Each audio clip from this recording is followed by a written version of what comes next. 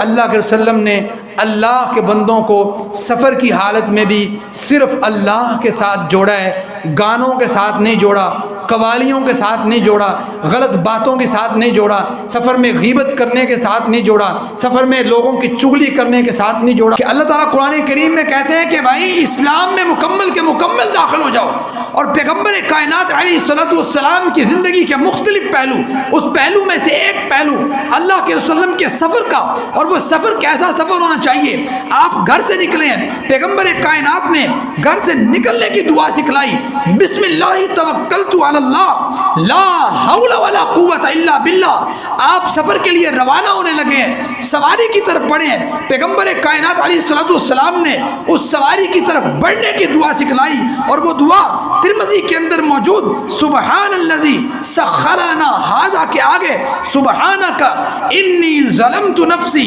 فاغفر لی فانہ لا یغفر الذنوب۔ آپ سواری کے اوپر بیٹھ گئے ہیں، اللہ کے رسول صلی اللہ علیہ وسلم نے سواری پہ بیٹھنے کی دعا سکھلائی، سبحان الذی سخر لنا ھذا وما كنا له مقرنین وانا الى ربنا لمنقلبون اللهم انا نسألك في سفرنا هذا البر والتقوى ومن العمل ما ترضى اللهم هون علينا سفرنا هذا واتب عنا بعده اللهم انت الصاحب في السفر والخليفة في الاهل اللهم انا نعوذ بك من وعثاء السفر وكآبة المنزل وسوء المنقلب في المال والاهل۔ آپ سواری پہ بیٹھ کے آگے چلے ہیں، اوور برج آیا ہے، اونچائی آئی ہے، پیغمبر نے اس موقع پر بھی دعا سکھلائی، اللہ اکبر۔ آپ اونچائی سے نیچے اترے، پیغمبر نے سفر میں اس موقع پر بھی دعا سکھلائی، سبحان اللہ۔ آپ آگے بڑھے ہیں، کسی جگہ پہ ٹھہرے ہیں، آپ نے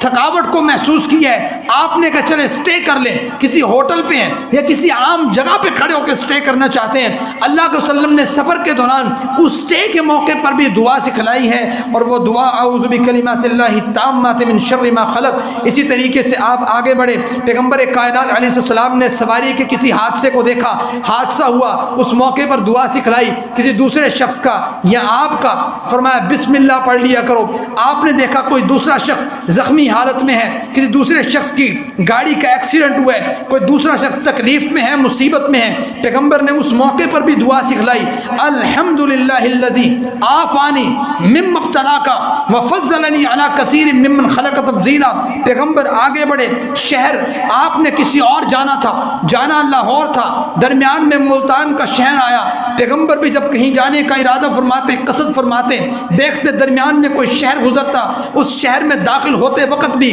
دعا پڑھا کرتے الگ سے، اور وہ دعا بھی اللہ کے وسلم نے اللہم رب السماوات السبع وما ازللنا ایک لمبی دعا کی صورت میں سکھلائی۔ آگے بڑھے، مقیم کے پاس پہنچے، اللہ کے وسلم نے دعا سکھلائی کہ بھائی آپ یہاں پہ کہو السلام علیکم ورحمۃ اللہ وبرکاتہ، جس سے ملو سلام کہو، اس سے کھانا کھانے لگو، بسم اللہ پڑھو، اٹھو الحمدللہ کہو، اٹھنے کے بعد اس شخص کو دعا دو کہ آپ نے مجھے کھلایا، اللہ آپ کو کھلائے، آپ نے مجھے پلایا، اللہ آپ کو پلائے۔ مقیم کو اللہ کے رسول نے تلقین کی کہ آپ کے پاس مسافر چل کے آیا، اس کو ویلکم بھی کرو، اس کے سلام کا جواب بھی دو۔ اور پھر جب وہ جانے لگے، اللہ کے وسلم نے اس موقع پر بھی مقیم کو کہا کہ مسافر شخص کو ذرا دعا دیں، استودع اللہ دینک و امانتک و خواتم عملک۔ اور اس موقع پر اللہ کے وسلم نے مسافر کو بھی تلقین کی کہ آپ نے مقیم کو خالی نہیں جانے دینا، آپ نے بھی اس کو دعا دینی ہے، اور وہ دعا استودعکم اللہ الذی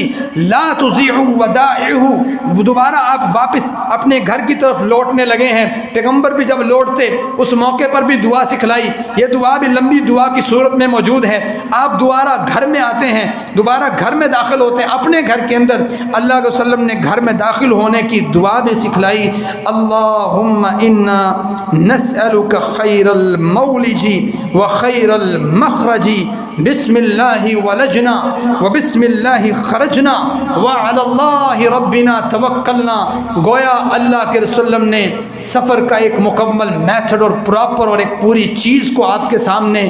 گائیڈ لائن کی صورت میں رکھ دیا کہ لمحہ لمحہ سفر کا ایسا گزرے کہ اللہ کے ساتھ آپ کو ملاقات کروا دی، کہ آپ رب کو یاد رکھیں، اپنے عمل کو یاد رکھیں، اللہ سے عافیت کے متلاشی رہیں۔ اس کے معنی اور مفہوم کو میں آپ کے سامنے رکھ چکا۔ گویا اللہ کے وسلم نے اللہ کے بندوں کو سفر کی حالت میں بھی صرف اللہ کے ساتھ جوڑا ہے، گانوں کے ساتھ نہیں جوڑا، قوالیوں کے ساتھ نہیں جوڑا، غلط باتوں کے ساتھ نہیں جوڑا، سفر میں غیبت کرنے کے ساتھ نہیں جوڑا، سفر میں لوگوں کی چغلی کرنے کے ساتھ نہیں جوڑا، بلکہ کہا یہ ہے کہ لوگوں ادخلوا فی السلم کافہ، جس طرح 5 نمازوں کی پابندی کرتے ہو اسی طریقے سے اسلام میں داخل ہونے کے بعد کوشش کرو کہ آپ کا ہر عمل پیغمبر کائنات علیہ السلام کے عمل کے مساوی ہو، تاکہ کائنات کا رب کل قیامت کے دن آپ کو جنتوں کا مہمان بنا سکے۔